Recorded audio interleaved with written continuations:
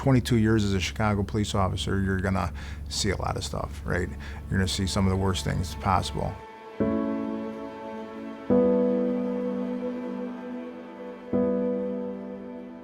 The job itself is heavy, very much a club, you know, and one of the things you did were drink and shared those stories, and that was your system of you know, getting it out.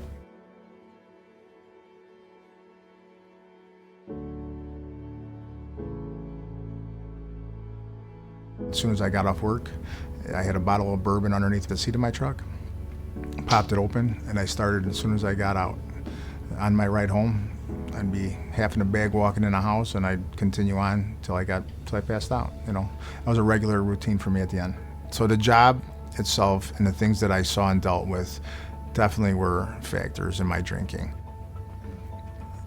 You know, being a Chicago cop, you carry also a certain type of bravado, right? You don't cry about things. You don't tell people when you're upset and something bothers you. You know, but we're human. We're normal, right? You know, we have a lot of feelings too, and so you realize at some of those moments that now I realize that there was probably a lot of things I could have shared, you know, and I should have shared. I tried everything. I tried pills. I tried doctors, psychiatrists, I tried everything. And it took my wife putting a suitcase on the front porch, telling me I'm not coming back in the house until I get help. I had conversations through the EAP in Chicago Police Department.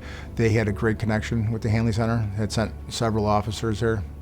And I called them and said, hey, I think it's time. And I got on a flight the next day, and lucky for me, I've been sober ever since. I remember allowing myself to completely get vulnerable and the emotion that I held in for a long time, and just letting loose on it, having some really good conversations to get me through those moments.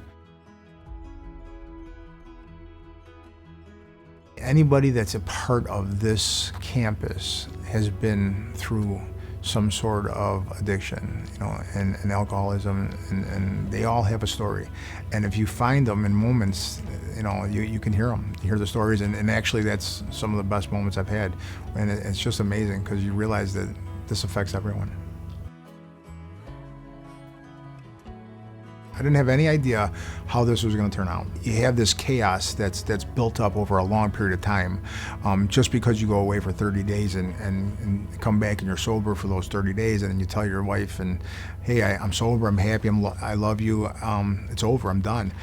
It doesn't always work that way, right? You know, so there's a lot of trauma that she had and she had to deal with, and we had to work through that. So there's a lot of communication early on. I'm definitely much more a part of my family, their lives, meaning that I'm present. I care about what my daughters did at school. I actually helped coach my 5th grade daughter's basketball team this last year, something I never would have done before.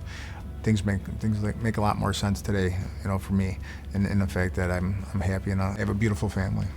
I was one of the lucky ones. I got sober on the first try. You know, I was lucky to come to the best one first, you know, and you know, I credit that to whatever the Chicago Police Department had made connections with, and I'm happy to know that there's still people coming that need it, you know, because it saved my life. You know, I don't know where I'd be right now.